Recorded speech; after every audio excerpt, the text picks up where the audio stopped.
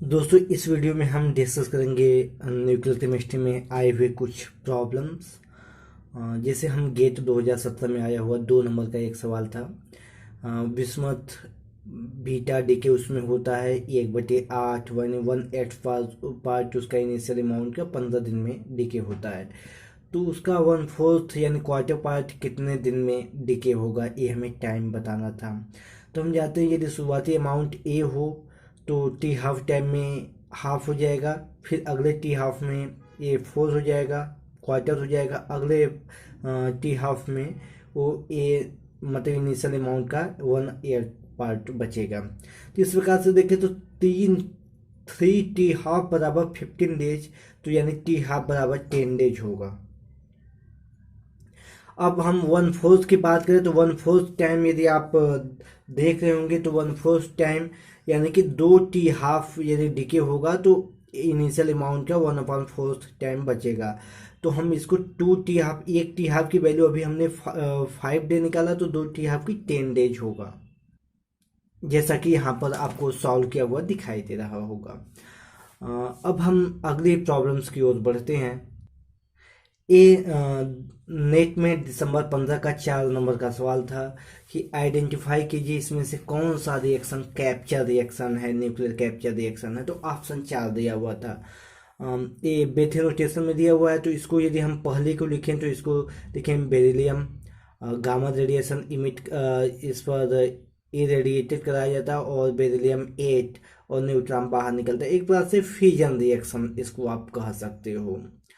दूसरा रिएक्शन आप देखें तो 23 सोडियम में जब न्यूट्रॉन का बम्बार्डमेंट किया जाता है 24 सोडियम बनता है। एक कैप्चर रिएक्शन है, न्यूट्रॉन पार्टिकल को एब्जॉर्ब कर लिया। थर्ड रिएक्शन को यदि आप देखें, थर्ड ऑप्शन को, तो 63 कापर में यदि प्रोटॉन की बम्बार्डमेंट कराई जाती है तो 24 copper plus 24 sodium plus proton 3 neutron और 9 अल्फा पार्टिकल निकलते हैं। यह स्प्लेशन रिएक्शन है। यदि फोर्थ ऑप्शन की यदि हम बात करें तो इसमें यदि हम बात करें तो जब सिल्वर पर न्यूट्रॉन की बम्बार्डमेंट कराई जाए, सिल्वर बनता है न्यूट्रॉन, तो इसको पार्टिकल पार्टिकल रिएक्शन कहेंगे। तो यानी इसका ऑप्शन दूसरा होगा। अगला सवाल है कि what type of decay changes the atomic number of atoms. Transmutation, translation, translocation, transition. तो ट्रांसम्यूटेशन ही न्यूक्लियर रिएक्शन होता है जो एटॉमिक नंबर को चेंज कर सकता है। अगला है आर्टिफिशियल रेडियो एक्टिविटी को किसने खोजा। Hahn and Strassmann, Joliot and Irene Curie, Einstein, Rutherford. तो इसका आंसर होगा जूलियट एंड एरन क्यूरी होगा। वो बात अलग, फ्यूजन का खोज, फ्यूजन की डिस्कवरी हान और स्ट्रैसमैन ने किया था 1938 में। अगला प्रॉब्लम्स है कि रेडियम और क्लोराइड को यदि आपस में कंबाइंड हो जाए, रेडियम क्लोराइड बनाए, तो जो कंपाउंड होगा उसका नेचर क्या होगा। अब ऑप्शन है as radioactive as radium content, radium content के बराबर ही वो प्रोडक्ट भी रेडियो एक्टिव होगा। दूसरा रेडियम कंटेंट का हाफ होगा। तीसरा होगा थ्राइस होगा कि कोई नो लॉन्गर रेडियो एक्टिव होगा। तो इसका आंसर ये होगा रेडियम जितना पहले रेडियो एक्टिव था, कंटेंट उसका फ्री कंटेंट था, उतना ही क्लोराइड से रिएक्शन के बाद भी वो रेडियो एक्टिव होगा। अगला problem, nucleus of radio active elements, मतलब रेडियो एक्टिव एलिमेंट जो होता है उसका न्यूक्लियस क्या रखता है, उसकी बाइंडिंग एनर्जी कैसी होती है। ऑप्शन होता है कि zero binding energy, high potential energy, high binding energy या लो बाइंडिंग एनर्जी। यदि उसकी लो बाइंडिंग एनर्जी होगी तभी उसमें से रेडियो एक्टिव पार्टिकल्स या हम सब एटॉमिक पार्टिकल्स उसमें से बाहर निकल सकते हैं। तो इसका ऑप्शन होगा लो बाइंडिंग एनर्जी। अगली प्रॉब्लम CSIR का हम देखते हैं। दिसंबर 17 में पूछा हुआ है, among the following nuclear reaction of thermal neutrons the cross section is highest for. हम जानते हैं क्रॉस सेक्शन एरिया जितना ज़्यादा होगा उससे उतने ज़्यादा उसका फ्यूजन होगा उस रिएक्शन का। उससे बम्बार्डमेंट कराने पर उसके ज़्यादा एरिया पर न्यूट्रॉन बम्बार्डमेंट होगी और उससे वो ज़्यादा फ्यूजन उसका होगा। तो ऑप्शन में देखिए सब में रिएक्टेंट लगभग सेम है। थर्ड को छोड़कर सब में न्यूट्रॉन के बम्बार्डमेंट कराई गई है। लेकिन सबसे ज़्यादा प्रोडक्ट यदि आप देखें ऑप्शन में, तो पहले में 2 बना है यूरेनियम के साथ न्यूट्रॉन, दूसरे में यूरेनियम में मतलब कि ये कैप्चर रिएक्शन हो गया दूसरा। तीसरा देखा जाए तो यह फ्यूजन रिएक्शन है, पार्टिकल पार्टिकल रिएक्शन तीसरा है। और चौथा देखा जाए फ्यूजन रिएक्शन है, इसमें एक से ज़्यादा प्रोडक्ट बन रहे हैं। इसका मतलब इसका टारगेट एरिया ज़्यादा है, इसका क्रॉस सेक्शन ज़्यादा है, इसलिए इस पर बम्बार्डमेंट ज़्यादा इफेक्टिव हुआ।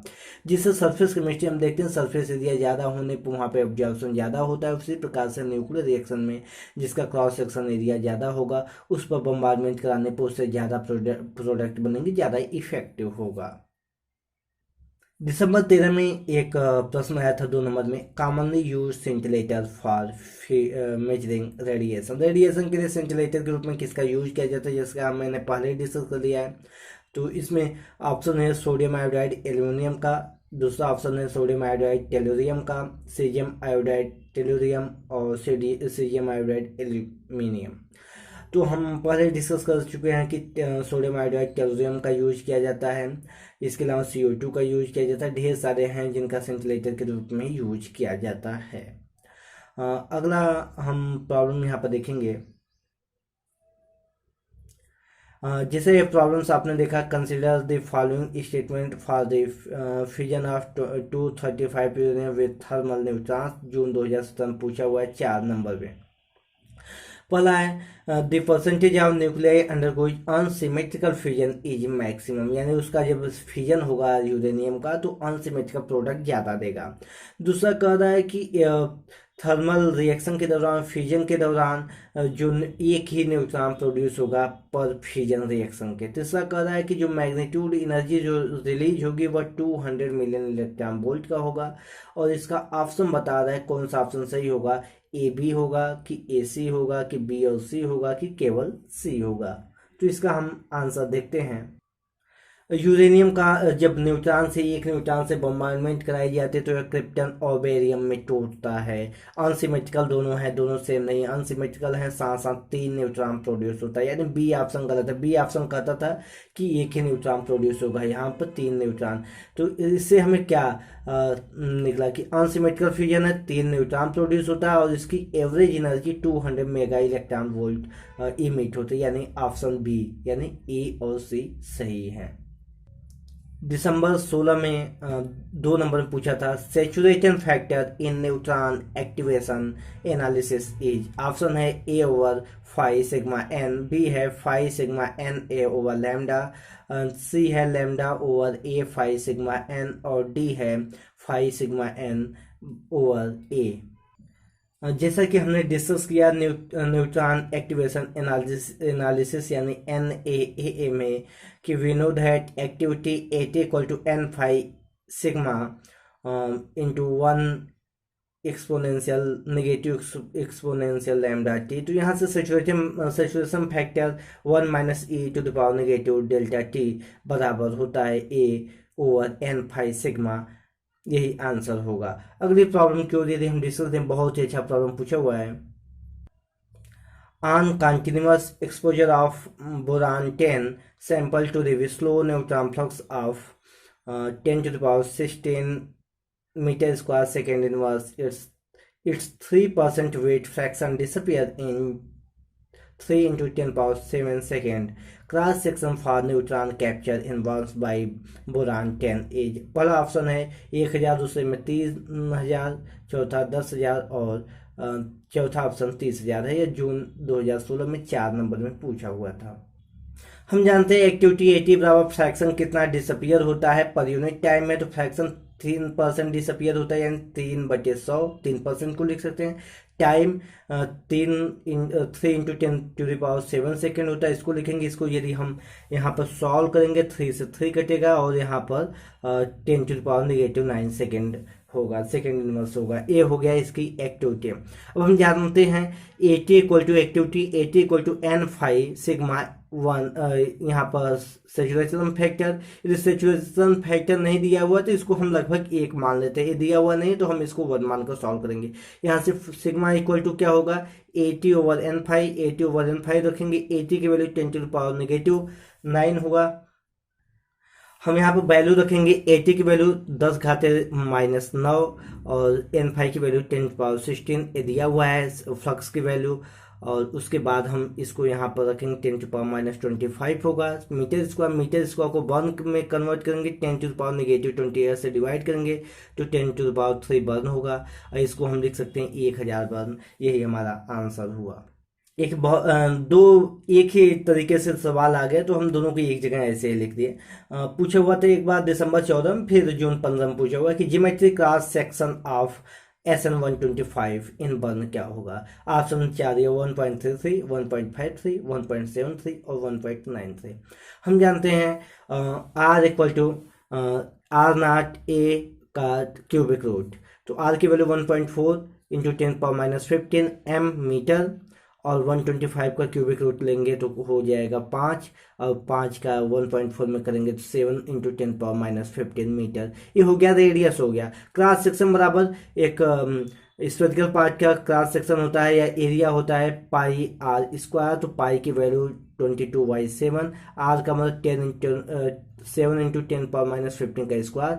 इसको सॉल्व करेंगे 154 इंटू 10⁻15 का स्क्वायर करेंगे 10⁻30 मीटर स्क्वायर। इसको बर्न में कन्वर्ट करेंगे तो 10⁻2 बर्न होगा, तो 1.52 बर्न इसका आंसर हो गया। CSIR में एक बार प्रश्न पूछा था कि Q value for the reaction 13N NP13C is 3.236 million mega electron volt और थ्रेशोल्ड एनर्जी हमें फाइंड करना था रिएक्शन 13C PN13N का हमें ऑप्शन दिया हुआ। हम थ्रेशोल्ड एनर्जी बराबर जानते हैं Q energy into mass of product over target area. तो टारगेट एरिया यहाँ पर 13C है, तो 13C का 13 प्रोडक्ट में टोटल मास 13 नाइट्रोजन का एक इसका न्यूट्रॉन का, तो 14 हो गया। इसमें सॉल्व करेंगे तो 3.485 मिलियन इलेक्ट्रॉन वोल्ट आएगा। जून 11 में 2 नंबर में एक बार पूछा हुआ था कि सोडियम 19 और कार्बन 14 क्रमशः पॉजिट्रॉन और बीटा पार्टिकल को इमिट करते हैं, तो रिजल्टिंग स्पेसिस क्या होगा। 4 ऑप्शन आपके सामने दिया हुआ है। हम जानते हैं यदि पॉजिट्रॉन इमिट होता है तो उसका एटॉमिक नंबर 1 डिक्रीज होता है, जबकि बीटा पार्टिकल इमिट होता है तो उसका एटॉमिक नंबर 1 बढ़ जाता है। मास नंबर में कोई चेंजिंग नहीं होता। सोडियम से एक पॉजिट्रॉन निकलेगा तो एटॉमिक नंबर 1 डिक्रीज हो जाएगा, 11 इसका होता है, 10 19 हो जाएगा। कार्बन से एक बीटा पार्टिकल निकलेगा तो कार्बन का 6 एटॉमिक नंबर होता है, एक एटॉमिक नंबर बढ़ जाएगा 7 और यही इसका सलूशन है। हम अगला प्रॉब्लम देखेंगे। अब जून 2017 में 2 नंबर में पूछा हुआ था कि इसमें से कौन से 2 पेयर होंगे जो मैजिक नंबर को रखते हैं। 8 10 10 20 50 82 82 130। मैजिक नंबर क्या होता है, तो मैजिक नंबर न्यूक्लियंस की वह अरेंजमेंट होती है, नंबर ऑफ न्यूक्लियंस की अरेंजमेंट होती है जिसमें वह ज़्यादा स्टेबल हो सके। ये नंबर 2 8 20 28 50 82 126 इतना होती हैं। इस प्रकार से देखें तो 50 और 82 यानी कि ऑप्शन सी मैजिक नंबर को कंटेन करता है, यदि अतः यह ऑप्शन सही है। दोस्तों इसके साथ हम थोड़ा सा और डिस्कस कर लेंगे, ऐसे प्रॉब्लम आए हैं तो आगे आ सकते हैं। ये पूछ सकता है डबल मैजिक नंबर क्या होते हैं, तो ऐसा न्यूक्लियाई जिसमें न्यूट्रॉन और प्रोटॉन दोनों अपने आप में कोई ना कोई मैजिक नंबर को कंटेन करते हैं तो उसे हम डबल मैजिक नंबर कहेंगे। जैसे हीलियम में प्रोटॉन 2 होता है, न्यूट्रॉन 2 होता है, 2 एक मैजिक नंबर है, प्रोटॉन भी मैजिक नंबर रख रहा है और न्यूट्रॉन भी मैजिक नंबर, इसे डबल मैजिक कहेंगे। कैल्शियम 40 कैल्शियम 20 और इसमें 20 प्रोटॉन 20 न्यूट्रॉन, तो ये भी magic number double magic number contain करता है। ऐसे दोस्त एक बार पूछा हुआ था कि कार्बन डेटिंग में किस पार्टिकल का यूज होता है, कौन सा रेडिएशन का यूज होता है, तो जैसा हमने पिछले वीडियो में बताया कि उसमें बीटा पार्टिकल्स का यूज होता है, बीटा पार्टिकल उसमें से इमिट होता है। धन्यवाद दोस्तों। ऐसे ही आगे कुछ और प्रॉब्लम्स के हम न्यूक्लियर केमिस्ट्री के और न्यूमेरिकल प्रॉब्लम के हम वीडियो बनाएंगे। धन्यवाद। लाइक कीजिएगा और चैनल सब्सक्राइब कीजिएगा।